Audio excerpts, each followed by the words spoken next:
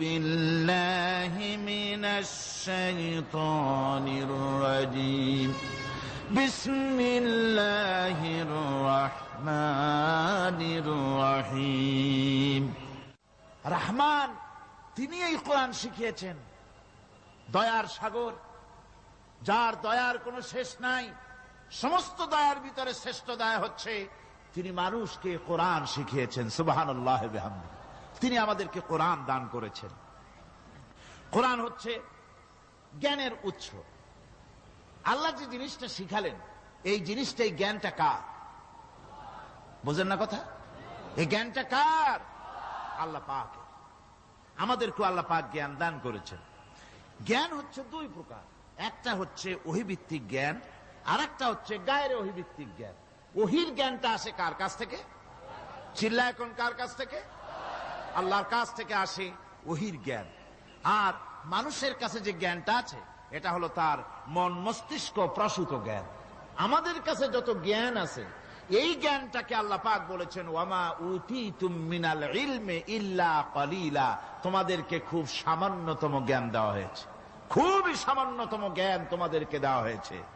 আচ্ছা আপনারা বলুন, একটা ছোট্ট পাখি আটলান্টিক মহাসাগরের ভেতরে তার ঠোঁটটাকে ডুবিয়ে তারপরে সে যদি ঠোঁটটা তোলে তাহলে আটলান্টিকের পানি কমবে কতখানি? হ্যাঁ, অনেক কমে যাবে নাকি? আটলান্টিক টের পাবে যে কারো একটা ঠোঁট ঢুকছিল এর মধ্যে? টেরও পাবে না। আটলান্টিক মহাসাগরের ভিতরে পাখি তার চঞ্চুটা ঢুকিয়ে দিয়ে যতটুকুন পানি উঠাতে সক্ষম হয় না। ওহীর জ্ঞান বাদ দিয়ে গোটা পৃথিবীতে মানুষের যত জ্ঞান আছে, মানব সৃষ্টির প্রথম দিন থেকে নিয়ে আজ পর্যন্ত, এখান থেকে নিয়ে কিয়ামত পর্যন্ত যত জ্ঞান এসছে এবং যত জ্ঞান হবে মানুষের, সমস্ত জ্ঞান এক জায়গায় করলে আল্লাহ সুবহানাহু ওয়া তাআলার অনন্ত অসীম জ্ঞানের মহাসমুদ্রের ভেতর থেকে পাখি যেমন আটলান্টিক থেকে যতটুকুন পানি উঠাতে পেরেছে, বিশ্বের মানুষ আল্লাহর জ্ঞান থেকে অতটুকুনও তুলতে পারে না। ওয়ামা উতীতুম মিনাল ইলমি ইল্লা কালিলা। খুব সামান্যতম জ্ঞান তোমাদেরকে দেওয়া হয়েছে। আমি অবাক হই যখন আল্লাহ পাকের কোরআনে কারীমের এই আয়াত যখন স্টাডি করি, যখন পড়াশোনা করি, মুতালা করি, অবাক হয়ে যাই। মানুষকে সামান্যতম জ্ঞান দেওয়া হয়েছে। আল্লাহ বলছেন সামান্যতম জ্ঞান। ওয়ামা উতীতুম মিনাল ইলমি ইল্লা কালিল যদি বলতেন তবু একটা কথা ছিল যে তোমাদেরকে কিছু জ্ঞান দেওয়া হয়েছে। তো কিছু না, বলা হচ্ছে ওমা উতীতুম মিনাল ইলমি ইল্লা কালিলা, সামান্যতম, খুবই সামান্য জ্ঞান দেওয়া হয়েছে। সেই সামান্য জ্ঞানের ঠেলায় আমরা কোত্থেকে কোথায় চলে গিয়েছি। গরুর গাড়ি থেকে রকেট পর্যন্ত গিয়েছি, টেলিগ্রামের টরেটক্কা থেকে ফ্যাক্স পর্যন্ত পৌঁছে গেছি। এ কি সোজা জ্ঞান? এখান থেকে এই মাহফিলের ছবি, নিউজ, ভিউজ এন্ড পিকচার একত্রিত করে ছবি করে আপনি ফ্যাক্সের মেশিনে ঢুকিয়ে দিলেন, কোড নাম্বার টিপি দিলেন, লন্ডন, আমেরিকা, জেদ্দা, বিভিন্ন জায়গায় দিয়ে দিলেন। মিনিট লাগবে না, কয়েক সেকেন্ডের ভিতরে এই মাহফিলের পূর্ণ ছবি এবং খবর সে দেশের পত্রিকায় ছাপা হতে পারবে। কি আজীব! অথচ আল্লাহ পাক বলছেন সামান্যতম জ্ঞান। আমি অবাক হই আরো যখন শুনতে পাই পৃথিবীর বিভিন্ন দেশের স্যাটেলাইটগুলি যা ছেড়ে দেওয়া হয়েছে মহাশূন্যে, এই স্যাটেলাইটগুলি ড্রাইভার ছাড়া, কোন রকমের পরিচালক ছাড়া, চালক ছাড়া স্যাটেলাইটগুলি বছরের পর বছর ঘুরছে পৃথিবীর মাটি থেকে 350-400 মাইল উপরে ঘুরছে। তো ঘুরছেই, দুনিয়া থেকে ছবি, নিউজ ক্যাচ করছে, সিএনএন, তারপরে স্টার টিভি ইত্যাদিতে সেগুলিকে তারা ছুড়ে দিচ্ছে। এভাবে করে যে দেশ থেকে যে দেশের স্যাটেলাইট সে দেশের পারপাস সার্ভ করতেছে। ওই স্যাটেলাইট 350-400 মাইল উপরে মহাশূন্যের ভেতরে তার মেশিনারি কোনো গোলযোগ হলে, যান্ত্রিক গোলযোগ যদি সৃষ্টি হয়, তাহলে ফ্রান্সের মাটিতে বসে, আমেরিকার মাটিতে বসে, ব্রিটেনের মাটিতে বসে বিজ্ঞানীরা কম্পিউটারের মাধ্যমে মনিটরিং করে 400 মাইল উপরের মেশিনকে ভালো করে দিচ্ছে। এরপর আল্লাহ রাব্বুল আলামিন বলছেন ওমা উতীতুম মিনাল ইলমি ইল্লা কালিলা, সামান্যতম জ্ঞান দেওয়া হয়েছে। এই যদি হয় সামান্যতম জ্ঞান, তাহলে আল্লাহ সুবহানাহু ওয়া তাআলার জ্ঞান কত কত বেশি। আল্লাহু আকবার! কত বড় জ্ঞানের মালিক সুবহানাল্লাহ ওয়া বিহামদিহি। সেই মহান আল্লাহ পাকের পক্ষ থেকে এসেছে কোরআন। কার পক্ষ থেকে? قد جاءكم من الله نور وكتاب مبين। আল্লাহ রাব্বুল আলামিন বলেন, আমি আল্লাহর পক্ষ থেকে তোমাদের জন্য এসেছে আলো, তোমাদের জন্য এসেছে নূর, আর তোমাদেরকে আমি দিয়েছি একখানা কিতাব, স্পষ্ট কিতাব দিয়েছি, নূর দিলাম, আলো দিলাম। সে আলো হলেন জনাবে মুহাম্মদুর রাসূলুল্লাহ সাল্লাল্লাহু আলাইহি ওয়াসাল্লাম। আর আমি যে তোমাদেরকে কিতাব দিয়েছি সেই কিতাবের নাম কোরআনে কারীম। একখানা কিতাব দিলাম যার নাম কোরআন শরীফ, একখানা কিতাব দিলাম আর একটা আলো দিলাম তোমাদেরকে। আল্লাহ পাক বলছেন তিনি দয়াবান রহমান, তিনি আমাদেরকে কোরআন শিখিয়েছেন। এই কোরআনের নাম কে রেখেছে? কে রেখেছে কোরআনের নাম? আল্লাহ। নাম শুধু কোরআনের নাম কোরআন নয়, শুধু কোরআনের নাম কোরআন, কোরআনের নাম ফুরকান, কোরআনের নাম হুদা, কোরআনের নাম শিফা তানজিল, কোরআনের নাম কিতাব, কোরআনের নাম জিক্র। অনেকগুলি নাম আল্লাহ নিজেই কোরআনের নাম রেখেছেন। কোরআন এর অর্থ হল সর্বাধিক পঠিত, সর্বাধিক পঠিতব্য, বহুল পঠিত। কোরআন শরীফ নাজিল হওয়ার আগে এই নাম আল্লাহ পাক দিলেন। আর আজ দেখা গেল পৃথিবীর বুকে কোরআনের চাইতে বেশি পড়া হয়েছে এমন একটা বইয়ের নাম কোন? বলেন, এমন একখানা কিতাবের নাম বলেন যে কিতাবখানা কোরআনের চাইতে সবচাইতে বেশি পড়া হয়েছে, এমন একটা কিতাবের নাম বলতে পারবেন? পারবেন না। কোরআন সর্বাধিক পঠিত কিতাব। আল্লাহ রাব্বুল আলামিন এই কিতাবকে অবতীর্ণ করেছেন। আলিফ লাম রা কিতাবুন আনজালনাহু ইলাইকা লিতুখরিজান নাসা মিনাজ যুলুমাতি ইলান নূর। আলিফ লাম রা। গোটা পৃথিবীর মানুষের মুখে আল্লাহ রাব্বুল আলামিন তালা লাগিয়ে দিয়েছেন, চ্যালেঞ্জ করেছেন, দুনিয়ার সব বোঝো। কত ভাষাবিদ পৃথিবীতে আছে, আরবি ভাষায় যারা পিএইচডি করেছে, ডিগ্রি করেছে, বড় বড় নাম যারা ভাষাবিদ, তারা তারা যদি সম্ভব হয় তাহলে তারা বলুক আলিফ লাম রা এর অর্থ কি। আলিফ লাম মিম হা মিম আইন সিন কফ ইয়াসিন তাহা, পারবে কেউ এর অর্থ করতে? ওয়াল্লাহু আ'লামু বিমুরাদি। এর অর্থ কেবলমাত্র আল্লাহ এবং তার বান্দা, যার প্রতি এই কিতাব অবতীর্ণ করা হয়েছে, তিনি বুঝতে পারেন। আল্লাহ পাক বলছেন কিতাবুন আনজালনাহু ইলাইকা, আমি আপনার প্রতি একখানা কিতাব অবতীর্ণ করেছি, লিতুখরিজান নাসা মিনাজ যুলুমাতি ইলান নূর। একখানা কিতাব দিয়েছি, সুবহানাল্লাহি বিহামদি। এমন একখানা কিতাব দিলাম যেই কিতাবের সম্পূর্ণ কিতাবখানা 30 পারা কোরআন শরীফে কিতাব, যার প্রতিটি সূরা কিতাব, যার প্রতিটি আয়াত কিতাব, যার প্রতিটি শব্দ কিতাব, যার প্রতিটি অক্ষর কিতাব। এমন বিশাল কিতাব আল্লাহ রাব্বুল আলামিন আজিম কিতাব দান করলেন।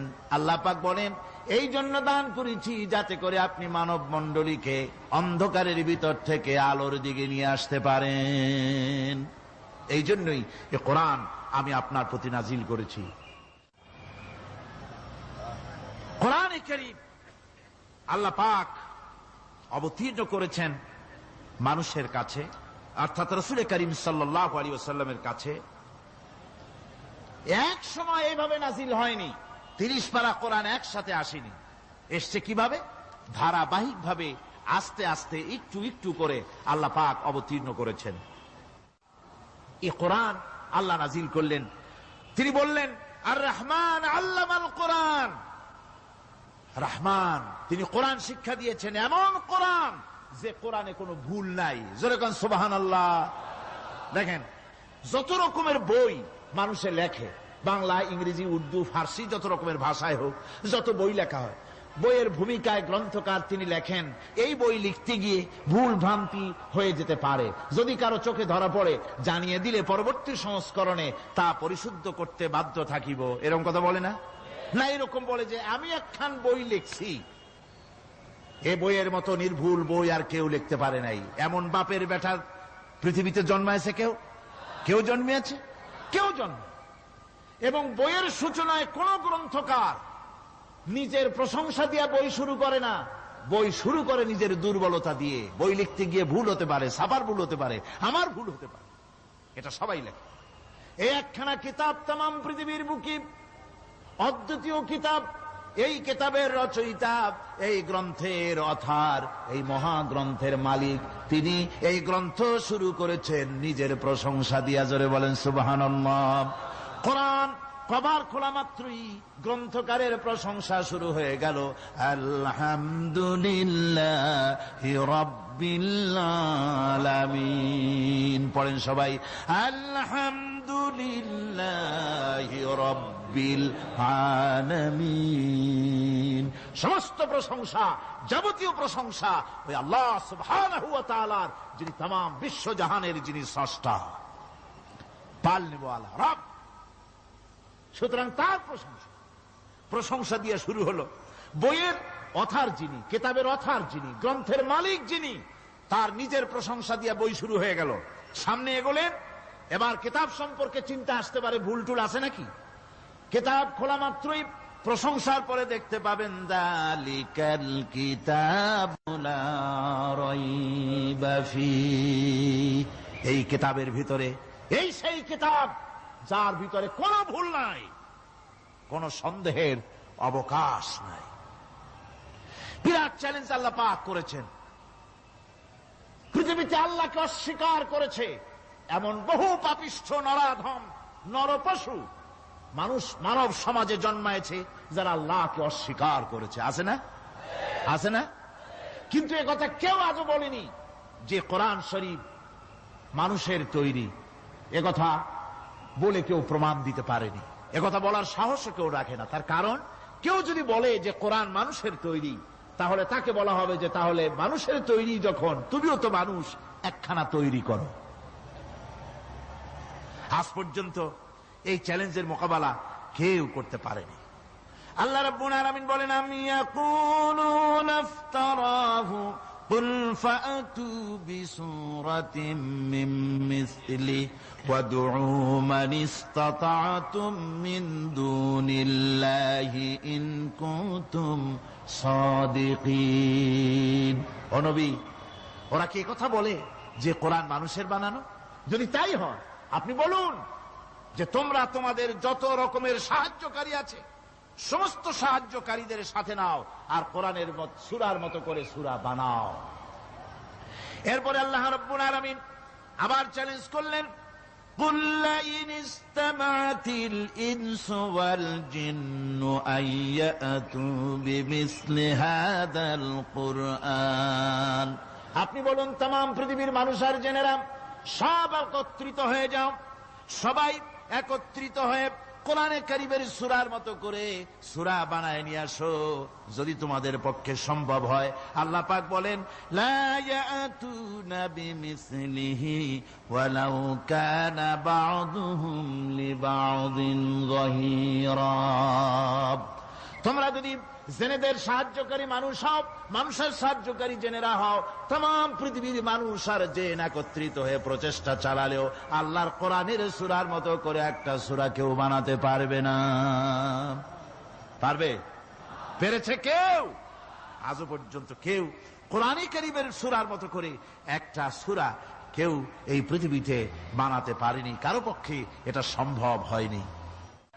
আল্লাহ রাব্বুল আলামিন আবার চ্যালেঞ্জ করেন, ইন কুনতুম ফি রাইবিম মিম্মা নাযালনা আলা আবদিনা ফাআতু বিসূরাতিন মিন মিসলি ওয়াদউ শুহাদাআকুম মিন দুনিল্লাহি ইন কুনতুম সাদিকিন। আমি আমার বান্দার উপরে যে কিতাব অবতীর্ণ করেছি এর ভিতরে সন্দেহ আছে বলে যদি মনে করো এর ভিতরে সন্দেহ আছে মানুষের বানানো, এমনটি যদি সন্দেহ হয়, তাহলে কোরআনের সূরার মতো করে একটা সূরা বানাও, ছোট্ট একটি সূরা বানাও। ফাতু বিসূরাতিন, সূরা আলে ইমরানের মতো না, সূরা আরাফের মতো না, সূরা মায়েদার মতো না। ফাতু বিসূরাতিন, ছোট্ট ছোট্ট একটি সূরার মতো করে একটা সূরা বানাও। কিয়ামত হয়ে যাবে, মানুষ কোরআনে কারীমের মতো একটি ছোট্ট সূরা বানাইতে পারবে না। সুবহানাল্লাহ পড়ে। আমার ভাইয়েরা, এই কোরআন আল্লাহ রব্বুল আলামিনের পক্ষ থেকে নাজিল হলো। কোরআন মানুষের চিরটা কাল ধরে, আবহমান কাল ধরে মানুষের মনকে আকৃষ্ট করেছে। কোরআনে কারীমের এর ভাষা, এর লালিত্য, এর মাধুর্য, এর রচনা শৈলী এবং এর গতিময় ছন্দ, এর শব্দ বিন্যাস মানুষকে মুগ্ধ করেছে চিরকাল ধরে। আল্লাহর নবী বলেন, এ কোরআন যখন আমি তেলাওয়াত করতেছিলাম একটা রাত্রে, যে রাতে আমার তেলাওয়াতের সামনে ছিল জেনেরা যখন আমার কাছ থেকে তেলাওয়াত শুনল, ইসসামিআতু হাত্তা ক্বালু ইন্না সামি'না কুরআনান আজাবা। আমার মুখ থেকে যারা যখন তেলাওয়াত শুনল, জেনারা তখন এ কথা না বলে পারে নাই, আমরা এক আশ্চর্য ধরনের কিতাব শুনেছি। জোরে বলেন সুবহানাল্লাহ। ইন্না সামি'না কুরআনান আজাবা, এক আশ্চর্য ধরনের কোরআন শুনেছি। বলতেছে সেই সব জেনেরা যাদের বয়স 1000 বছর, 1500, 2000 বছর, 500 বছর, যারা জাব্বুর শুনেছে, ইনজিল শুনেছে, তাওরীত শুনেছে, সেসব জেনেরা বলছে ইন্না সামি'না কুরআনান আজাবা, আশ্চর্য কিতাব শুনেছি। এমন এক কিতাব ইয়াহদি ইলার রুশদ, যে কিতাব শুনলে পরে শ্রোতাকে হেদায়েতের রাস্তা দেখায় দেয়, এমন এক কিতাব শুনলাম। আর এই কিতাব শোনা মাত্র ফামান্না বিহি, কোরআন শুনলাম আর ঈমান আনলাম। নবীজি বলেন, জেনেরা আমার মুখে তেলাওয়াত শুনে পড়ে নিল লা ইলাহা ইল্লাল্লাহু মুহাম্মাদুর রাসূলুল্লাহ। এই কোরআন এমন এক কোরআন, মান ক্বালা বিহি সাদাকা, এ কোরআন শরীফ থেকে যে কথা বলে সেই সত্য কথা বলে। কোরআন থেকে যে কথা বলে সে কি বলে? তার কারণ কোরআন এসেছে কার কাছ থেকে? ওয়ামান আসদাকু মিনাল্লাহি কিলা, আমি আল্লাহর চাইতে সত্যবাদী আর কে হতে পারে? আল্লাহর নবী বলেন, কোরআন থেকে যে কথা বলে সেই সত্য কথা বলে। আর ওয়ামান আমিলা বিহি উজরা, এই কোরআন যে আমল করবে তাকে পুরস্কার দেওয়া হবে, সে পুরস্কৃত হবে, দুনিয়ায় পুরস্কার পাবে, আখিরাতেও পুরস্কার পাবে। সুবহানাল্লাহ। ওয়ামান হাকামা বিহি আদালা, আর কোরআন থেকে যে বিচার ফয়সালা করবে সেই কেবলমাত্র সঠিক সুষ্ঠু বিচার কায়েম করবে, সোশ্যাল জাস্টিস সেই করতে পারবে, সুবিচার জাস্টিস কায়েম সেই করতে পারবে। ওয়ামান দাআ ইলাইহি হুদিয়া ইলা সিরাতিম মুস্তাকিম, আর কোরআন থেকে যে দাওয়াত দেয়, কোরআনের দিকে যে দাওয়াত দেয়, সেই কেবলমাত্র সঠিক সহজ সরল রাস্তার দিকে দাওয়াত দেয়, যেই দাওয়াত শুরু হয় পৃথিবীর মাটি থেকে আর শেষ হয় গিয়া জান্নাতুল ফেরদাউসে। আমার ভাইয়েরা, কোরআন এর পরিচয়ের কথা বলতেছিলাম। আল্লাহ পাক কি কোরআন আমাদের শিখালেন, কোন কোরআন আমাদের শিখিয়েছেন, সেই কোরআনের পরিচিতি আপনাদের সামনে আমি তুলে ধরতেছি। আমি নিজে না, এবার কোরআন তার পরিচয় নিজেই দেবে। কেউ যদি কোরআনের কাছে জিজ্ঞাসা করে, কোরআন তুমি কোথা থেকে নাজিল হয়েছ, কে তোমাকে নাজিল করেছে, এই প্রশ্ন যদি কেউ কোরআনের কাছে করে, কোরআন নিজেই তার জবাব দিতে পারে কিনা? কোরআন নিজেই বলে, তানজিলাম মিম্মান খালাকাল আরদা ওয়াস সামাওয়াতিল উলা, এ কোরআন নাজিল করেছেন তিনি, যিনি ওই সুউচ্চ আকাশ আর জমিনকে যিনি সৃষ্টি করেছেন, সেই আল্লাহ আমারে নাজিল করেছেন। কোরআনের কাছে কেউ যদি প্রশ্ন করে, ও কোরআন, এই পৃথিবীতে নাজিল হওয়ার আগে তুমি কোথায় ছিলে, কেউ যদি প্রশ্ন করে, কোরআনে কারীম নিজে নিজের পরিচয় শোনায়, আমি কোথায় ছিলাম শোনো। বাল হুয়া কুরআনুম মাজিদুন ফি লাউহিম মাহফুজ, বরং এই কিতাব অতীব মর্যাদা সম্পন্ন সুরক্ষিত ফলকে লিপিবদ্ধ ছিল, আমি ছিলাম লৌহে মাহফুজে, সেখান থেকে এসেছি। যদি কেউ প্রশ্ন করে, কোরআন কি, কোরআন তুমি কার উপরে অবতীর্ণ হয়েছ, জবাব কোরআন নিজেই দেয়, ওয়া আমিনু বিমা নুযিলা আলা মুহাম্মাদ ওয়া হুয়াল হাক্কু মির রাব্বিহিম। ঈমান আনো সেই জিনিসের উপরে যেটা মুহাম্মদ সাল্লাল্লাহু আলাইহি ওয়াসাল্লামের উপর অবতীর্ণ হয়েছে। আবার অন্য আয়াতেও জবাব পাওয়া যায়, তাবারাকাল্লাযী নাযালাল ফুরকানা আলা আবদিহি লিয়াকুনা লিল আলামিনা নাযীরা। অতীব বরকতপূর্ণ মহান সত্তা সেই আল্লাহ রাব্বুল আলামিন, যিনি তার বান্দার পরে ফুরকান অবতীর্ণ করেছেন। সুবহানাল্লাহি বিহামদি। কোরআনের নাম আমি বলেছিলাম শুধু কোরআন নয়, অনেক নাম আছে। কোরআনের আর এক নাম ফুরকান। কোরআনের আর এক নাম কি? আল ফারকু বাইনাল হাক্কি ওয়াল বাতিল। কোরআন হচ্ছে সেই মহাসত্য যা মিথ্যা এবং সত্যের মধ্যে পার্থক্য সূচিত করে, মঙ্গল এবং অমঙ্গলের মধ্যে পার্থক্য সৃষ্টি করে, যা সত্য এবং মিথ্যার মধ্যে তাফরিকা সৃষ্টি করে, সত্যকে মানুষকে বুঝিয়ে দেয়। তার নাম হচ্ছে ফুরকান। এবার যদি প্রশ্ন করা হয়, ও কোরআন, বুঝলাম তুমি লোহে মাহফুজে ছিলে, বুঝলাম তুমি নবীজির উপরে নাজিল হয়েছ, এবার বলো তুমি কোন মাসে নাজিল হয়েছ? তুমি তো আসছিলা প্রথম কোন মাসে নাজিল হয়েছ? এ প্রশ্ন যদি কেউ করে, কোরআন তার জবাবে বলবে, শাহরু রমাদানাল্লাযী উনজিলা ফীহিল কুরআন। রমজানের পবিত্র মাসে আমি অবতীর্ণ হয়েছি। সুবহানাল্লাহ। যদি প্রশ্ন করা হয়, রমজানে তো আসছো, কিন্তু প্রথম নাজিল হয়েছিল কোন সময়? ওটা কি দিন ছিল না রাত ছিল? কোরআন তার জবাবে বলে, ইন্না আনজালনাহু ফী লাইলাতিল কদর। কদরের পবিত্র রাতে আমি এই পৃথিবীতে আমার আগমন ঘটেছিল। যদি প্রশ্ন করা হয়, বুঝলাম সবই, কেন নাজিল হয়েছে তুমি? এই পৃথিবীতে তোমার আসার উদ্দেশ্য কি? মূল কাজটা কি? এই প্রশ্ন যদি করা হয়, কোরআনে কারীম তার জবাবে বলে, শোনো কেন এসেছি। লিতুখরিজান নাসা মিনাজ যুলুমাতি ইলান নূর। আমার মিশন হচ্ছে গোটা বিশ্ব মানবতাকে পঞ্জীভূত জমাট বাঁধা অন্ধকারের ভেতর থেকে টেনে বের করে আলোর সন্ধান দিতে, আলোর দিকে আনার জন্য আমি কোরআন নাজিল হয়েছি। গোটা পৃথিবীর মানুষ আছে অন্ধকারের ভিতরে। কিসের মধ্যে? অন্ধকার কি? অন্ধকার হচ্ছে পুঁজিবাদ, অন্ধকার সমাজতন্ত্র, অন্ধকার ধর্ম নিরপেক্ষতাবাদ, অন্ধকার জাতীয়তাবাদ। মানুষের তৈরি করা যত মতবাদ সব কি? জোরে কোন, সবগুলি কি? অন্ধকার।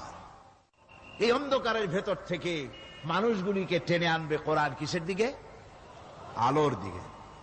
এবার যদি প্রশ্ন করা হয়, বুঝলাম তুমি অন্ধকার থেকে আলোর দিকে নিয়ে আসবে, আলোর দিকে আসলে পরে ফায়দাটা কি হবে?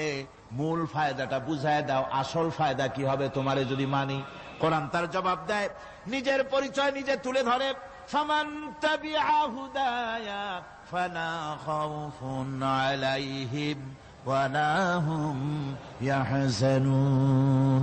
এই কোরআনকে যদি মেনে চলো, এই কোরআনের আইন যদি মানো, সমাজে মানো, ব্যক্তিতে মানো, পরিবারে মানে, রাষ্ট্রে মানো, জীবনের সব ক্ষেত্রে সমস্ত জায়গায় যদি এই কোরআনকে মেনে চলো, ফালা খাউফুন আলাইহিম, তাহলে তোমাদের কোনো ভয় থাকবে না, ওয়ালা হুম ইয়াহজানুন, কোনো চিন্তাও থাকবে না। কিসের ভয় থাকবে না? কোরআনের আইন মেনে যদি চলো সমাজে ও রাষ্ট্রে, চুরির ভয়, ডাকাতির ভয়, জিনার ভয়, হত্যার ভয়, সন্ত্রাসের ভয় কোনো ভয় থাকবে না। ওয়ালা হুম ইয়াহজানুন, চিন্তাও থাকবে না। খাওয়া পড়া, শিক্ষা, চিকিৎসা, বাসস্থান, এগুলির কোনো চিন্তা থাকবে না। কোরআনের সমাজে সব কিছুর গ্যারান্টি দেওয়া হবে, সবগুলি পেয়ে যাবে। এখন যদি আবার প্রশ্ন করা হয়, কোরআন বুঝলাম তোমারে মানলে পরে সব ফায়দা হবে, তাহলে এবার জবাব দাও, তোমার ভিতরে কি রাজনীতি আছে নাকি? আমি তো মানুষ, আমার রাজনীতি করা লাগে। Man is social animal. আমরা তো জঙ্গলের পশু নই, আমরা তো মানুষ। আমাদের সমাজ আছে, আমাদের পৌর নির্বাচন আছে, আমাদের জাতীয় নির্বাচন আছে, আমাদের কলকারখানা আছে, জমিন আছে, আমাদের রাজনীতি, অর্থনীতি, সমাজনীতি আছে, পারিবারিক নীতি আছে, অনেক নিয়ম মালা আছে, নিয়ম নীতি আছে। তোমারে মানলে তোমার ভিতরে কি ওগুলো আছে নাকি সে কথা বলো। কোরআন তার জবাবে বলে, وَنَزَّلْنَا عَلَيْكَ الْكِتَابَ تِبْيَانًا لِكُلِّ شَيْءٍ وَهُدًى وَرَحْمَةً ওয়া বুশরা লিল মুসলিমিন। কোরআন জবাবে বলে, শুনে রাখো, শুধু অর্থনীতি সমাজনীতি নয়, শুধু রাজনীতি আর শিক্ষানীতি যুদ্ধনীতি নয়, তোমার জীবনে যা কিছু দরকার, ইহকালে যা কিছু দরকার, পরকালে সব কথাগুলি আল্লাহ রব্বুল আলামিন আমি কোরআনের সিনার ভিতরে খুলে খুলে বর্ণনা করে দিয়েছেন। সব কথা এ কোরআনে কারীমের ভিতরে রয়েছে। তোমার এমন কোন জিনিস নাই যা তুমি কোরআনে কারীমের মধ্যে পাবে না। তোমার সমস্ত প্রয়োজন আমার বুকের মধ্যে আল্লাহ দিয়ে দিয়েছেন। বিজ্ঞান আছে, দর্শন আছে, ইতিহাস আছে, সব আছে এর মধ্যে। তবে কোরআনের মধ্যে বিজ্ঞান আছে বলে আমি এটাকে বিজ্ঞানের কিতাব বলবো না, দর্শন আছে বলে দর্শনের কিতাব আমি বলবো না, রাজনীতি আছে বলে কোরআনকে আমি রাজনীতির কোন কিতাব বলবো না। কোরআন তাহলে কি? কোরআন হচ্ছে অর্থনীতি, সমাজনীতি, রাজনীতি, পারিবারিক নীতি, মানুষের জীবনের যা কিছু প্রয়োজন, সমস্ত নীতিমালার নীতি গ্রন্থের নাম হতেছে কোরআনে কারীম। সমস্ত নীতিমালার নীতি গ্রন্থ কোরআন। এখানে রয়েছে সব কিছুর উৎস, যেটা গ্রহণ করলে পরে মানুষ আরামে থাকতে পারবে। অমুসলিম নাগরিক বৃন্দ তাদের নাগরিক মর্যাদা পাবে। মুসলমান, কৃষক, নারী, চিকিৎসা, কৃষিবিদ, সাধারণ মানুষ, রং, বর্ণ, ভাষা নির্বিশেষে গোটা মানব সভ্যতা আরামে বাস করতে পারবে। পশু পাখিও আরামে থাকবে, গাছপালাও আরামে থাকবে, যেহেতু নির্দেশ হয়েছে বিনা প্রয়োজনে গাছের পাতাটিও ছিঁড় না। ইসলামের সমাজ যদি চালু হয়, গাছেরাও আরাম পাবে, পাহাড়ও আরাম পাবে। চট্টগ্রামের লোকেরা যেভাবে পাহাড় কাটা আরম্ভ করেছে, এটা বড় দুঃখজনক। জুমলায় মোতারেজা একটা বলে দিলাম, অপ্রাসঙ্গিক হলেও জরুরি কথা। আপনারা পাহাড় কাটতেছেন না, আপনাদের নিজেদের পায়ে নিজেরা কুড়াল মারতেছেন। খবরদার পাহাড় কাটবেন না। আল্লাহর প্রকৃতির ভারসাম্য আপনারা নষ্ট করছেন বলে ওজোন স্তরে ফাটল ধরেছে। তা রিপেয়ার করার জন্য আজকে বিশ্বের সব বিজ্ঞানীরা হতাশ হয়ে গিয়েছে, পাগল হয়ে গেছে। কেমনে এই ওজোন স্তরের ফাটলকে রিপেয়ার করব? ওজোন স্তরটা কি? ওজোন স্তর হচ্ছে, সুবহানাল্লাহ, আল্লাহর যে কত দয়া। সূর্য, সেই সূর্যের রয়েছে আলট্রা ভায়োলেট রে, যাকে বাংলায় বলা হয় অতি বেগুনি রশ্মি। যে রশ্মিটা সৃষ্টি জগতে যদি আসে আর তা যদি কোনো প্রাণীর শরীরকে টাচ করে, তাহলে সমস্ত প্রাণী ক্যান্সার হয়ে, এক্সিমা হয়ে, বিখাউজ হয়ে, অ্যাজমা হয়ে সমস্ত প্রাণী মরে যাবে, কেউ বাঁচবে না। মারাত্মক রশ্মি। সেই রশ্মিটা যাতে সৃষ্টি জগৎকে টাচ করতে না পারে, সেজন্য আল্লাহ পাক একটা ওজোন স্তর তৈরি করেছেন। ওখানে এসে ওটা বাধাপ্রাপ্ত হয়, পৃথিবীর মাটিতে আসে না। যা কিছু পৃথিবীর মানুষের জন্য, পৃথিবীর জন্য কল্যাণকর, সেগুলি সূর্য থেকে আসতে থাকে। সুবহানাল্লাহ ওয়া বিহামদি। যেটা ক্ষতিকর, সেটা আল্লাহ পাক আটকায় রাখেন। এখন সেই ওজোন স্তরে ফাটল ধরলো। কেমনে ফাটল ধরলো? ফাটল আপনি আমি ধরাইছি। আপনি বলবেন যেটা কেমন কথা, আমি তো ওইখানে যাই নাই, আমি ফাটল ধরাইলাম কেমনে? ওই যে সেই আপনার প্রাইমারি স্কুলে ভিজিট করতে গিয়েছিলেন ইন্সপেক্টর, তারপরে প্রাইমারি না হাই স্কুল ভিজিট করতে গেছে। যায়া জিজ্ঞেস করছে, ছেলেরা কি পড়ছো? বলে ইতিহাস। ঠিক আছে, ইতিহাস থেকেই প্রশ্ন করব। বলতো চীনের প্রাচীর কে ভেঙেছে? ছেলেরা জবাব দিচ্ছে না। তুমি বলো, তুমি বলো, কেউ বলছে না। বেঞ্চের কোনা যে ছেলেটি, সে বলছে সর্বনাশ। কেউ যখন স্বীকার করে না, এটা তো আমার মাথায় আসবে। সব শেষ ইন্সপেক্টর তাকে বলছে, তুমি বলো তো কে ভেঙেছে চীনের প্রাচীর? কয়, স্যার, গ্রামে আমার দুষ্টমির যথেষ্ট বদনাম আছে, কিন্তু চীনের প্রাচীর ভাঙার মতো দুষ্কর্ম আমি করি নাই। ইন্সপেক্টর খুব রেগে গেলেন, মাস্টারের দিকে তাকালেন। এই বুঝি আপনার ইতিহাস পড়ানো? মাস্টার ইন্সপেক্টরের বিরক্তি ভরা মুখ দেখে বলছেন, স্যার রাগ করবেন না, এসব ছাত্র তো আমার, ওদের অবস্থা তো আমি জানি। আপনি আসছেন ঢাকা থেকে, আপনি জানবেন কি? আমি হলপ করে বলতে পারি, আমার ক্লাসের কোন ছাত্র চীনের প্রাচীর ভাঙে নাই। ইন্সপেক্টর রাগ হইয়া চলে গেছে হেডমাস্টারের রুমে, যায় বলছে যে আমি আপনার স্কুলের গ্রান্টকে আমি নাকচ করে দেব, মঞ্জুরি আমি ক্যান্সেল করে দেব। কেন? এই অবস্থা। হেডমাস্টার বলছে, স্যার রাগ করবেন না, আপনার জন্য কিছু টাকা পয়সাও রাখছি হাদিয়া, বড় একটা চর্বিযুক্ত খাসিও জবাহ করা হয়েছে, পুকুর থেকে রুই মাছ তোলা হয়েছে। তারপরেও আমার ছাত্ররা, টিচাররা বলার পরেও যদি আপনার সন্দেহ হয়ে থাকে যে আমার ছাত্ররাই ভাঙছে, তো ওই আপনি অসন্তুষ্ট হবেন না, রাগ করবেন না। স্যার, ওই প্রাচীর ভাঙতে যা খরচ লাগে আমি কিছু খরচ দেবো, তো আপনি রাগ করেন না। এখন চিন্তা করেন, স্কুলের ছাত্র থেকে শুরু করে হেডমাস্টার পর্যন্ত জ্ঞানের বহর। তো বলতেছিলাম, আপনি আমি ওজন স্তরে ফাটল ধরিয়েছি, তার অর্থ এই নয় যে আপনারা গিয়ে ওখানে কুড়াল মারিয়ে ওটারে ভাঙছেন। তাহলে ওটা কি হয়েছে? কোরআনে কারিমে রব্বুল আলামিন বলেন, ওয়ামা আসাবাকুম মিন মুসিবাতিন ফাবিমা কাসাবাত আইদিকুম ওয়া ইয়াফু আন কাসীর। যত বিপদ তোমাদের উপর আরোপিত হয়, সমস্ত বিপদ তোমাদের দুই হাতের কামাই করা। কে বলছেন? আল্লাহ পাক। ওজন স্তরে ফাটল ধরেছে, এটা বিপদ, বিশ্বের সমস্ত মানব সভ্যতা সৃষ্টি জগতের জন্য বিপদ। এই বিপদের জন্য দায়ী পৃথিবীর মানুষ। কিরকম? সেটা হচ্ছে গাড়ির পেছন থেকে যে কালো ধোঁয়া বের হয়, কল কারখানার চিমনি থেকে যে কালো ধোঁয়া বের হয়, এই কালো ধোঁয়াগুলি, তারপরে সমস্ত কেমিক্যাল উইপেন সেগুলি যে টেস্ট করা হয়, তার রিয়াকশন ইত্যাদি, এই কালো ধোঁয়া এবং সমস্ত মারণাস্ত্রগুলি এক্সপেরিমেন্ট করার সমস্ত এই রিয়াকশনগুলি সবগুলি গিয়ে ওই ওজন স্তরে ফাটল ধরিয়ে দিয়েছে। আস্তে করে পাতলা হয়ে এটা ফেটে গিয়েছে, অতি বেগুনি রশ্মি আসা শুরু করেছে। এটাকে বন্ধ করার জন্য বিজ্ঞানীরা আজ মরিয়া হয়ে গিয়েছে। ইনশাআল্লাহ আল্লাহ পাক তার বিজ্ঞানীদের মানুষের মাথায় বুদ্ধি এনে দিবেন, রিপেয়ারও হয়ে যাবে ইনশাআল্লাহ। সবাই বলেন ইনশাআল্লাহ। তাহলে বললাম কেন এই কথাটা? এই জন্য বললাম যে কোরআনে কারীমের মধ্যে আল্লাহ রাব্বুল আলামিন সব কথা বলে দিয়েছেন, কোনো কথা বাদ রাখেন নাই। পাহাড়গুলি ভেঙে আমরা ক্ষতি করতেছি, গাছগুলি কেটে আমরা ক্ষতি করতেছি, প্রকৃতির ভারসাম্য নষ্ট করে দিচ্ছি, ফলে সমুদ্রের পানি স্ফীত হচ্ছে, ভূমিকম্প বাড়তেছে, ঘূর্ণিঝড় হচ্ছে, টর্নেডো হচ্ছে, পৃথিবী বিধ্বস্ত হয়ে যাচ্ছে, ক্লাইমেটের পরিবর্তন আসছে। আজকে পৌষ মাস, এটা কি মাস? কত তারিখ? দেখেন বাংলা ভাষাকে কত মহব্বত করি। যদি বলি আজকে ডিসেম্বরের কত তারিখ, গড় গড় করে মুখস্থ হয়ে যাবে। বাংলারে খুব ভালোবাসি, মাসটার তারিখ বলতে পারলাম না, দুঃখিত। এই হলো আমাদের ভালোবাসা। আজকে পৌষ মাসের অর্ধেকও শেষ হয়ে যাচ্ছে, অথচ মনে হচ্ছে শীত যেন তার শ্বশুর বাড়ি বেড়াতে গেছে।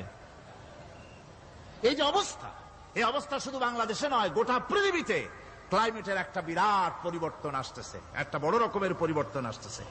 এর কারণ হচ্ছে এই পৃথিবীর মানুষেরা নিজেরাই প্রকৃতির ভারসাম্যকে নষ্ট করে দিয়েছে। এই ভারসাম্য নষ্ট হওয়ার কারণে আবহাওয়ার পরিবর্তন হচ্ছে, সামুদ্রিক জলোচ্ছ্বাস বাড়তেছে, ভূমিকম্প, আগ্নেয়গিরি ইত্যাদি হচ্ছে এবং পৃথিবীর মানুষ বিধ্বস্ত হচ্ছে। বলতেছিলাম এই কোরআনে কারীমের মধ্যে আল্লাহ পাক সব কথা বলে রেখেছেন। যদি জানতাম, বুঝতাম, তাহলে এই অবস্থার সৃষ্টি হতো না। এটা বিজ্ঞানের বই নয়, রাজনীতির বই নয়, সমাজনীতির বই নয়, বরং সমস্ত নীতিমালার উচ্চ, জ্ঞানের উচ্চ হচ্ছে আল কোরআন। জ্ঞানের উচ্চ কি? আরো জোরে বলেন, জ্ঞানের উচ্চ কি? আল কোরআন। পবিত্র কোরআনে এমন এমন ঘটনা আল্লাহ পাক বলেছেন যা ষষ্ঠ শতাব্দীর দুনিয়া এ সম্পর্কে কিছুই জানতো না। অবশ্য কিছু কিছু ঘটনা ইহুদিদের কিতাবে অতিরঞ্জিত আকার এবং বিকৃত অবস্থায় এসেছে, কিন্তু কোরআনে কারীম দুনিয়ার মানুষকে আদম সৃষ্টি, নূহের বন্যা, তারপরে মুসা আলাইহিস সালাম ফেরাউনের ঘটনা, ইব্রাহিম আলাইহিস সালামের নমরুদের ঘটনা এবং ইউসুফ আলাইহিস সালামের কাহিনী সবগুলিকে সুন্দর করে কোরআন শরীফ উপস্থাপনা করেছে রাসূলের মাধ্যমে, যা পৃথিবীর ইতিহাসে কেউ জানতো না। সেগুলি আল্লাহ পাক জানাইছেন কিভাবে? কোরআনে কারীম বলছে, তিলকা মিন আম্বাইল গায়বি নূহিহা ইলাইকা মা কুনতা তা'লামুহা আনতা ওয়ালা কওমুকা মিন ক্বাবলি হাযা। এ হলো সব অজ্ঞাত ঘটনা। সমস্ত ঘটনাগুলি আল্লাহ পাক তার হাবিবকে শুনিয়ে বলে দিলেন, সব অজ্ঞাত ঘটনা যা তুমি জানতে না, তোমার কোনো জানা ছিল না, আমি ওহীর মাধ্যমে তোমাকে সব জানাইছি। ইউসুফ আলাইহিস সালামকে যখন তার ভাইয়েরা কুয়ার মধ্যে ফেলে দিতেছিল তখন তুমি উপস্থিত ছিলে না, এই ঘটনা ওহীর মাধ্যমে আমি জানালাম। মুসা আলাইহিস সালামকে যখন ফেরাউন দরিয়ার ভিতরে ফেলে দিল, সেই সময় তুমি সিনাই পর্বতের পাশে দাঁড়িয়ে সব দৃশ্য লক্ষ্য করনি, অথচ আমি ওহির মাধ্যমে সব তোমাকে খুলে খুলে বলে দিয়েছি। আল্লাহ পাক সমস্ত ঘটনাগুলিকে বলে বলে কোরআন শরীফের মধ্যে সব সাজিয়ে দিলেন, বলে দিলেন। তিনি বললেন, ওয়ামা কুনতা বিজানিবিল গারবি ইয কাযাইনা ইলা মূসাল আমরা ওয়ামা কুনতা মিনাশ শাহিদিন। ফিরআউন যে মূসার সঙ্গে যে ব্যবহারটা করলো, এ সময় সেখানে তুমি উপস্থিত ছিলে না, আমি ওহীর মাধ্যমে তোমাকে তা জানিয়েছি। كذلك نقص عليك من أنباء ما قد سبق وقد آتيناك من لدنا ذكرا। আল্লাহ পাক বলেন, এভাবে আমি আপনার কাছে অতীত ঘটনাবলী ওহীর মাধ্যমে নিখুঁত ভাবে আপনার সামনে সব বলে দিয়েছি। আমার ভাইয়েরা, এই বিশ্বলোকে ঊর্ধ্ব লোক সম্পর্কে নির্ভুল তথ্য বর্ণনা আল্লাহ পাক করে দিয়েছেন কোরআনের মাধ্যমে। 1665 খ্রিস্টাব্দে স্যার আইজাক নিউটন তিনি আবিষ্কার করলেন মাধ্যাকর্ষণ শক্তিকে।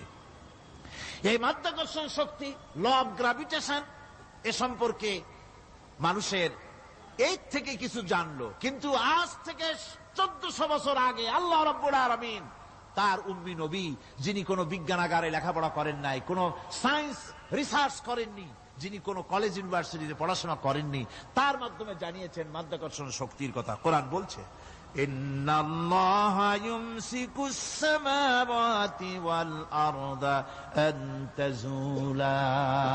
এই পৃথিবী এবং সমস্ত গ্রহ উপগ্রহকে আল্লাহ পাক বলছেন, আমি এমন এক শক্তি দিয়েছি যে শক্তির মাধ্যমে একটা আরেকটাকে আকর্ষণ করে রাখছে। এই পৃথিবীতে মাধ্যাকর্ষণ শক্তি শুধু পৃথিবীর নাই, সূর্যের আছে, মঙ্গলের আছে, নেপচুনের আছে, ইউরেনাসের আছে, বৃহস্পতির আছে।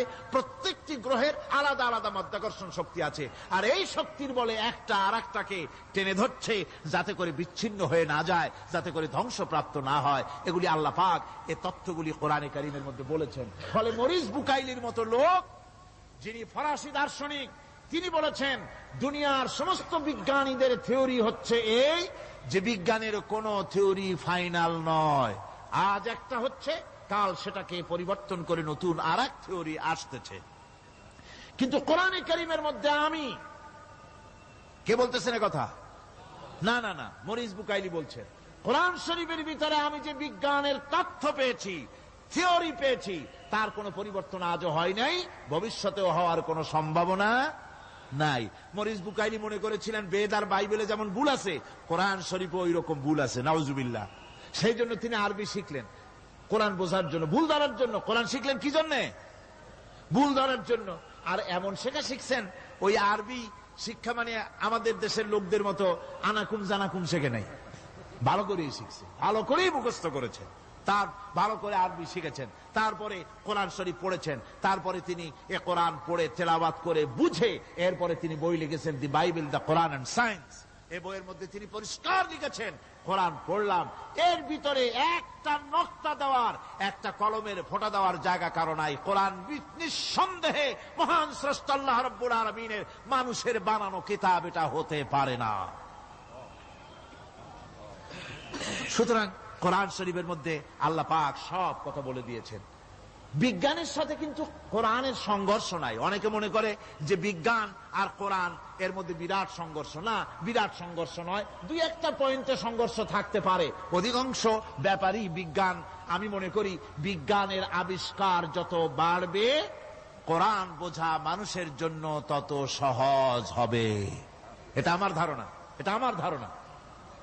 বিজ্ঞানের সাথে দুই একটা পয়েন্টের উপরে সংঘর্ষ আছে, যেমন চন্দ্র এবং সূর্য সম্পর্কে, সৌরজগৎ সম্পর্কে Copernicus, Kepler, Galileo, Newton, Einstein মহাশূন্য সম্পর্কে যে সব বক্তব্য রেখেছেন, সেসব বক্তব্যের সাথে কোরআন শরীফের কিছুটা বৈপরীত্য রয়েছে। যেমন কেউ বলেছেন সূর্য ঘোরে, পৃথিবী স্থির, কেউ বলে সূর্যের চতুর্দিকে পৃথিবী ঘোরে, কেউ কয় চন্দ্র ঘোরে, কেউ কয় আমরা কি আর বসে থাকি, আমরাও ঘুরি। কিন্তু আসলে ঘোরেটাকে কে ঘোরে, এ ফয়সালা কে দেবে? কে দিবে বলুন তো? হ্যাঁ, ঠিক বলেছেন, আল্লাহই দিবেন, কারণ এগুলি সৃষ্টি করেছেন কে? এবার শুনুন, এই বিতর্কের মীমাংসা আল্লাহ পাক করছেন কোরআনে কারিমে বহু আগে। গ্যালিলিও, কেপলার, কোপারনিকাস, এদের বলার অনেক আগে বিশ্বনবী জনাবে মুহাম্মদ রাসূলুল্লাহ সাল্লাল্লাহু আলাইহি ওয়াসাল্লাম তিনি বলে দিয়েছেন, আল্লাহর কথা তিনি বলেছেন, লাশ-শামসু ইয়ামবাগী লাহা আন তুদরিকাল কামারা ওয়ালাল লাইলু সাবিকুন নাহার ওয়া কুল্লুন ফি ফালাকিন ইয়াসবাহুন। প্রবল জ্ঞানী হইবে যাহারা, আপন মনেতে বুঝিবে তাহারা, রাত্রি পারে না আগে যাইবার দিনের স্থান করি অধিকার, চন্দ্র বাঁধে না সূর্যের গায়েতে, সূর্য পারে না চন্দ্রকে ধরিতে, যার যে স্থান বহাল রাখিয়া ভ্রমণ করিছে খোদাকে ডরিয়া। আল্লাহ রাব্বুল আলামিনকে ভয় করে সব ঘুরছে, চাঁদও ঘোরে, সূর্য ঘোরে, মঙ্গল ঘোরে, ইউরেনাস ঘোরে, বৃহস্পতি ঘোরে, পৃথিবীও ঘোরে, সব ঘুরছে তো ঘুরছেই, বন বন করে ঘুরছে একটা নির্দিষ্ট কক্ষপথে, আপন আপন কক্ষপথে ঘুরছে, যার ফলে অ্যাক্সিডেন্ট হয় না। সুবহানাল্লাহ, জোরে বলেন সুবহানাল্লাহ। নির্ধারিত কক্ষে ঘুরছে, নির্ধারিত কক্ষে ঘুরছে। এর কক্ষগুলি আল্লাহ পাক ঠিক করে দিয়েছেন, সেই কক্ষে ঘুরতেছে, একে অপরের পথ অতিক্রম করতেছে না। আবার ওই মহাশূন্যের ভেতরে রয়েছে black hole. Black hole, black hole কি? ব্ল্যাক হোল হচ্ছে একটা বিরাট অন্ধকার গহ্বর, একটা মৃত্যুকূপ। এত বড় বিরাট ব্ল্যাক হোল মহাশূন্যে আছে, বিজ্ঞানীরা হয়রান হয়ে গেছে। তার এত বড় শক্তি, সে শুধু তারা খায় না, কোন তারকা ঘুরতে ঘুরতে যদি তার কাছে এসে যায় তারাকে খেয়ে ফেলে। কোন আলো যদি কাছে আসে, আলো শুষে নিতে নিতে আলো যার থেকে এসেছে সেটাকেও শেষ করে ফেলে। এ ধরনের একটা দারুণ আকর্ষণী শক্তি তার মধ্যে আল্লাহ সৃষ্টি করেছেন। একটা ব্ল্যাক হোল আছে মহাশূন্যের ভিতরে। সূর্য, চন্দ্র, গ্রহ, নক্ষত্র, যে সূর্য পৃথিবীর চাইতে 13 লক্ষ গুণ বড়, এমন 2 কোটি সূর্য খাইয়া হজম করতে পারে এত বড় ব্ল্যাক হোল আল্লাহ তৈরি করে রেখেছেন মহাশূন্যের উপরে। রয়েছে মিল্কি ওয়ে, রয়েছে গ্যালাক্সি, অন্তত 10,000 কোটি, 10 সহস্র কোটি তারকা দিয়ে সমৃদ্ধ গ্যালাক্সি মিল্কি ওয়ে, যেটা অন্ধকার রাত্রে, তারকা সজ্জিত রাতে উত্তর দক্ষিণ দিকে টানা একটা পথের মতো দেখা যায়। এটা হচ্ছে গ্যালাক্সি, এইটাকে বলা হয় মিল্কি ওয়ে। এটা হচ্ছে ছায়াপথ। অসংখ্য তারকা এর মধ্যে রয়েছে। কত বড় বড় তারকা, অনেক দূরে। তাই আমরা দেখি বিন্দু বিন্দু, আসলে কি বিন্দু না। কত বড় জানেন? বিজ্ঞানীরা বলেছেন দৈত্যের মতো বিরাট বিরাট তারকা আছে, যে সূর্য পৃথিবীর চাইতে 13 লক্ষ গুণ বড়। এরকমের সূর্যের অন্তত 3 কোটি সূর্য খাইয়া হজম করতে পারে, এরকম অসংখ্য তারকা মিল্কি ওয়ের ভিতরে আল্লাহ সৃষ্টি করেছেন। সুবহানাল্লাহ বিহামদিহি, সুবহানাল্লাহ। আর মানুষ লাফায়, 4 আঙ্গুল মানুষ খালি লাফ দেয়, মোষ কতগুলো রাখিয়া। কোন আনন্দে লাফা, কি শক্তি তোমার! মহাশূন্যের তুলনায় এই পৃথিবীর অবস্থান কি জানেন? এই জন্য যত বেশি পড়াশোনা করবেন মাথা নত হয়ে যাবে। কমিউনিস্ট হয় ছাগলেরা, বুদ্ধিমান কোনদিন কমিউনিস্ট হয় না। কারা কমিউনিস্ট হয়? ছাগলগুলি, যাদের আকল নাই, যাদের জ্ঞান নাই, বুদ্ধি নাই, ওরাই কমিউনিস্ট হয়। কোন চিন্তাবিদ, কোন বিজ্ঞানী কমিউনিস্ট হয় না। মাথা নত হয়ে যায়, আল্লাহর এই সৃষ্টি দেখে পাগল হয়ে যায়। নিঃসন্দেহে আল্লাহ আছেন, নইলে পরে এগুলি হয় কি করে? আমি চিন্তা করে পাই না কমিউনিস্ট হয় কেমন, কতখানি পাগল হইলে হয়। ছোট্ট একটা রুমাল দেখলে মনে করি কোন তাঁতি এটারে বানাইছে। একটা এই কি জানি কয় মাইক দেখলে মনে করি কেউ এটাকে বানাইছে। টেবিল দেখলে মনে করি কেউ বানাইছে। ফ্রিজ দেখলে মনে করি বানাইছে কেউ। একটা সুই দেখলে মনে করি কেউ এটাকে বানাইছে। আর এই বিশাল পৃথিবী, ওই বিশাল আকাশ, কমিউনিস্টরা কয় এমনি এমনি হয়েছে। আমার বন্ধুগণ, মাথা নত হয়ে আসবে চিন্তা করলে কি বিশাল সৃষ্টি আল্লাহ পাকের। এই ছায়াপথ, এই গ্যালাক্সি, এর তুলনায় পৃথিবীর অবস্থান কোথায়? পৃথিবীর অবস্থানটা হচ্ছে, আমার হাতে এটি একটি কলম। এই কলমটা কাগজের উপরে আমি যদি এই নিপটা রাখি, কাগজের ভিতরে নিপে যতটুকুন জায়গা টাচ করবে, মহাশূন্য গ্যালাক্সি মিল্কি ওয়ে আল্লাহর ওই মহাশূন্যের তুলনায় পৃথিবীর অবস্থান একটা কলমের নিপে যতটুকুন জায়গা নেয় এর থেকে বেশি নয়। এই যদি হয় পৃথিবী, তাহলে সেই পৃথিবীর মানুষ আপনি কতটুকুন? সলিমুদ্দি বসিরুদ্দি খালি লাফায়। আমার বন্ধুগণ, লাভ কি? লাভের চোটে বলে হ্যান করেঙ্গে ত্যান করেঙ্গে, লাঠিকে আন্দার মুগুর ভরেঙ্গে। কয়দিন পর শোনা যায় শীত হয়ে পড়ছে, কিছু নাই। সুতরাং আল্লাহ পাকের অসীম সৃষ্টি জগৎ, এর সঙ্গে বিজ্ঞানের সংঘর্ষ কম, দুই একটা পয়েন্টে আছে। বাকি সবগুলিতে বিজ্ঞানের আবিষ্কার যত বাড়তেছে, আল্লাহরে চেনা, সৃষ্টি জগৎকে জানা মানুষের জন্য তত সহজ হচ্ছে। আর রহমান আল্লামাল কোরআন, কোরআন শিখিয়েছেন আমাদেরকে রহমান, এমন নিয়ামত দিয়েছেন যার মধ্যে সব আছে। মানুষ সৃষ্টির ব্যাপারে, মানব সৃষ্টির ব্যাপারে নির্ভুল তথ্য যদি পেতে হয়, তাহলে কার কাছে যাব? জোরে কন। আল্লাহর কাছে যেতে হবে। আর আল্লাহর কাছে না যাইয়া মানব সৃষ্টির রহস্য যদি জানতে যাই ডারউইনের কাছে, তাহলে আপনার মামু হবে সুন্দরবনের বান্দরেরা। ঠিক কিনা? বান্দরেরা হবে মামু, সিম্পাজি ওরাং ওটাং হবে আপনার নানা আর দাদা। তার কারণ ডারউইন সাহেব বলেছেন, মানুষ এর পূর্বপুরুষ হলো বাঁদর, সিম্পাজি, ওরাং ওটাং। এটা হলো তার থিওরি অফ ইভলিউশন। এই বিবর্তনবাদের থিওরি পেশ করতে গিয়ে তিনি বলেছেন, মানুষ হলো বান্দরের জাত। আরে বেটা, তুই বান্দরের জাত। নিজের লেস কাটিয়া সকলের লেস কাটা আরম্ভ করতে যাচ্ছে। কি পাগলের পাগল, মানুষ হয়েছে বান্দরের জাত। আশ্চর্য কথা। কেমনি কইলে? তো বললো যে সিম্পাজি দেখছে, তো সে সিম্পাজি দেখে তার মনে হয়েছে যে মানুষ ওইরকমই তো দেখা যায়, তো মানুষ বুঝি বান্দর থেকেই আসছে। আমি বলি, পৃথিবীতে এমন পাগল আমি কোনোদিন দেখিও নাই, শুনিও নাই যে কোন পাগল পাবদা মাছ দেখে বলেছে যে এটা হচ্ছে বোয়াল মাছের পূর্বপুরুষ। টাকি মাছ দেখে কোন ছাগলেও বলেছে আজ পর্যন্ত যেটা হলো শোল মাছের পূর্বপুরুষ। পুঁটি খাইতে খাইতে আস্তে আস্তে বিরাট শোলে পরিণত হয়ে গেছে, কোন পাগলেও বলেনি। আচ্ছা, মেনে নিলাম ডারউইন সাহেবের থিওরি, মেনে নিলাম এক সেকেন্ডের জন্য যে বান্দর থেকেই মানুষ হয়েছে। এখনো তো বানর প্রজাতি আছে না? শেষ হয়ে গেছে? আছে কিনা? তাহলে সুন্দরবনে যান, যে দেখুন কোন বাঁদর কি এ পর্যন্ত দেখা গেছে যে কোমর পর্যন্ত মানুষের মতো হয়ে গেছে? আর একটু দুধ আর পনির আর একটু এই শুটকি মাছ লোটটা ফিশ খাওয়াইলে আর কদিনের মধ্যে এই বান্দরটা মানুষ হয়ে যাবে। হয়েছে এরকম? বাঁদরের 12 আনা মানুষ হয়ে গেছে, 14 আনা মানুষ হয়ে গেছে, আর অল্প একটু বাকি। এরকম দেখা গেছে কোথাও? দেখা যায়নি। এগুলি পাগলামি কথা, পাগলামি কথা। মানুষ বানর থেকে আসেনি, মানুষ ওরাং ওটাং থেকে আসেনি, মানুষ সিম্পাজি থেকে আসেনি। মানুষ এসছে কোত্থেকে? এটা জানতে হলে, এ নির্মূল তথ্য জানার জন্য আসতে হবে কোরআনের কাছে। কার কাছে? আল্লাহ রাব্বুল আলামিন তার হাবিবের মুখ থেকে মানব সৃষ্টি রহস্য তিনি উদ্ঘাটন করে দিয়েছেন। তিনি বলেছেন, দুনিয়াবাসীকে শুনিয়েছেন, ফালয়ানজুরিল ইনসানু মিম্মা খুলিক, খুলিকা মিম্মা ইন দাফিকিন ইয়াখরুজু মিন বাইনিস সুলবি ওয়াত তারাইব। আল্লাহ পাক বলেন, মানুষ কি তার সৃষ্টি রহস্য দেখে না? কেমনে তাকে আমি সৃষ্টি করেছি?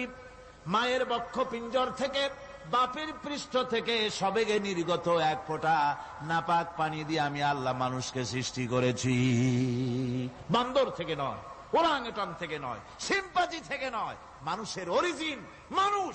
আদম থেকে তোমরা জন্মগ্রহণ করেছো, আদম এসেছে মাটি থেকে, তোমরা এসেছো আদম থেকে। সুবহানাল্লাহি ওয়া বিহামদিহি। এটাই হলো মানব সৃষ্টি রহস্যের কথা আল্লাহ পাক বলে দিয়েছেন। অন্যত্র আল্লাহ বলেন, ইন্না খালাকনাকুম মিন তুরাবিন সুম্মা মিন নুতফাতিন সুম্মা মিন আলাকাতিন সুম্মা মিন মুদগাহ। নিষ্প্রাণ মাটি থেকে তোমার উৎপত্তি হয়েছে, আর এই নিষ্প্রাণ মাটি দিয়ে তোমাকে তৈরি করা হয়েছে। এগুলি মাতৃগর্ভের ভিতরে গিয়া নাপাক পানি ফোঁটা জমাট রক্ত হয়েছে, গোশত হয়েছে, তারপরে মানুষের আকৃতি দিয়েছি, আর এরপরে বাচ্চার আকারে মায়ের পেট থেকে আমি আল্লাহ মানুষ করে তোমাকে বের করেছি। সুতরাং মানব সৃষ্টি রহস্যের কথা বিজ্ঞানের সাথে যেটা সাংঘর্ষিক হবে কোরআনের সাথে, আমরা সেটা মানতে পারি না। আমাদেরকে মানতে হবে মূল জ্ঞানের কিতাবটা। মূল জ্ঞানের কিতাব কোনটা? জোরে কোন তো কোনটা? কোরআন। এখানে সব কথা আল্লামাল কোরআন। কোরআন শিখিয়ে মানুষকে আল্লাহ পাক সবচাইতে বড় দয়া করেছেন, এর থেকে বড় দয়ার হয় না। কোরআন শিখিয়েছেন আমাদের, যার মধ্যে সমস্ত তথ্যের কথা আল্লাহ পাক বলেছেন। The universe and doctor Einstein বইয়ের ভিতরে লেখা হয়েছে যে একদিন এমন হবে যখন ধীরে ধীরে সূর্য তার আলো হারিয়ে ফেলবে, চন্দ্র নিষ্প্রভ হয়ে যাবে, আর পৃথিবী আস্তে আস্তে তার গতি হারিয়ে ফেলবে। একথা আজকের বিজ্ঞানীরা অথবা আজ থেকে কয়েক বছর আগের বিজ্ঞানীরা একথা বলছেন। কিন্তু রাসূল করিম সাল্লাল্লাহু আলাইহি ওয়াসাল্লামের মুখ থেকে আজ থেকে 1400 বছর আগে, যিনি বিজ্ঞানাগারে মোটেও পড়াশোনা